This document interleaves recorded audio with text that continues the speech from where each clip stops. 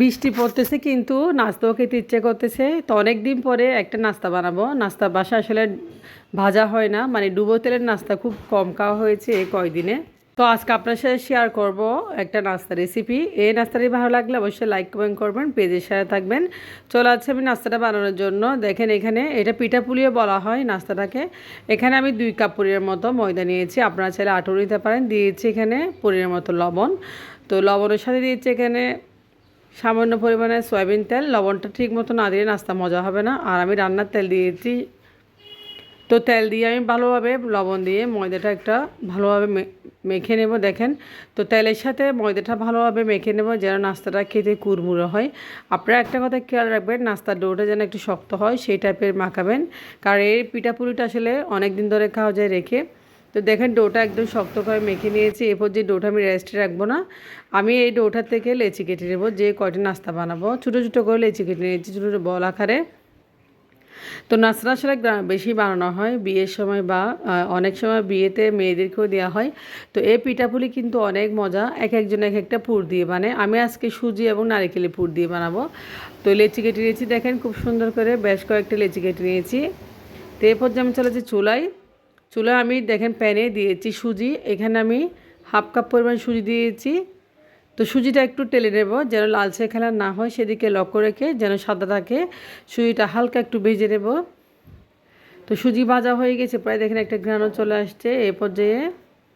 তো সুজি ভাজা হয়েছে, দিয়েছি আমি নারিকেল কুড়ানো এখানে, আর দিয়েছি 2 টেবিল চামচ গুঁড়ো দুধ পাউডার। সেই সাথে দিয়েছি এখানে চিনি 2 টেবিল চামচ, আর দিয়েছি লবণ পরিমাণ মতো। সব কিছু দিয়ে আমি সুজি এবং নারিকেলটা ভালোভাবে একটু রান্না করে নেব, যেন ঝুরঝুরো করে একটু রান্না করে নেব। আর দিয়েছি 1 টেবিল চামচ ঘি। তো ঘি দিলে একটু নাস্তাটা আসলে খেতে ভালো লাগে, দারুণ একটা ফ্লেভারস চলে আসে। তো আমি দেখেন সুজি, নারিকেল, ঘি, দুধ পাউডার একসাথে মিক্স করে একটা পুর রেডি করব। এই পুরটা কিন্তু নাস্তা বানাবো এই পুরটা দিয়ে। এখন আমি চলে যাচ্ছি, যে লেচি কেটে নিয়েছি লেচিগুলো ছোটো ছোটো বল আকারে কেটে নিয়েছি এবং রুটি রেডি করে নেব। তো ছোটো ছোটো রুটিগুলো বেলতে আসলে বেশিক্ষণ সময় লাগবে না, নাস্তাটা খুব সহজে হয়ে যায়। তো আমি রুটি বেলে নিয়েছি এখানে বেশ কয়েকটি। দেখেন এখন এই পুরগুলো দিয়ে পিঠাগুলো বানিয়ে নেব। তো দেখতে পাচ্ছেন আপনারা আমি এখানে ডোটা একটু শক্ত আকারে মেখেছি, কারণ আসলে নাস্তাগুলো যেন খুব ক্রিস্পি হয়। এই নাস্তাগুলো আপনারা চাইলে অনেক দিন ধরে খেতে পারেন বইমে রেখে, অনেক ক্রিস্পি থাকে, কিছু হয় না। তো এখন দেখেন আমি কুট করে নিচ্ছি সুন্দর করে হাত দিয়ে চেপে চেপে।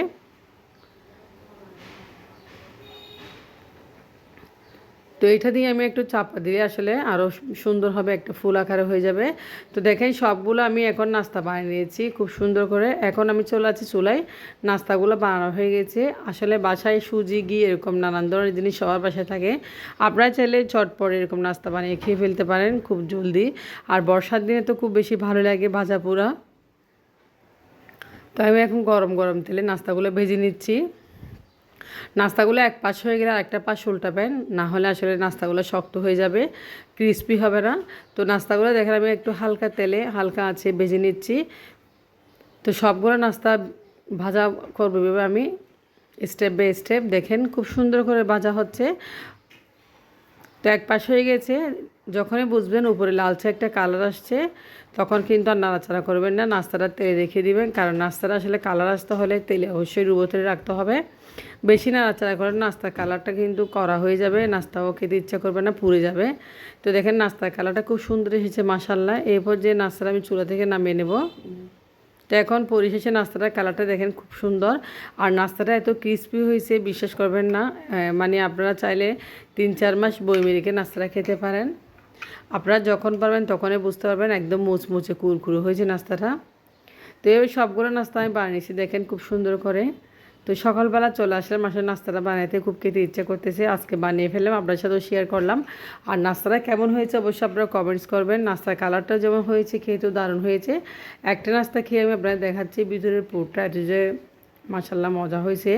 ঘিয়ের ফ্লেভার্স আর দুধ পাউডার দিচ্ছি সেটারও ফ্লেভার্স, নারিকেল সব মিলিয়ে নাস্তাটা খুব অসাধারণ হয়েছে। তো আজকের ভিডিওটা কেমন হয়েছে অবশ্যই আপনারা কমেন্টস করবেন। আপনারা জলদি আমার মতো নাস্তা বানিয়ে খেয়ে নেবেন। তো আপনারা ভালো থাকবেন। আজকের রেসিপি এখানে শেষ করতেছি। আল্লাহ হাফেজ, আসসালামু আলাইকুম।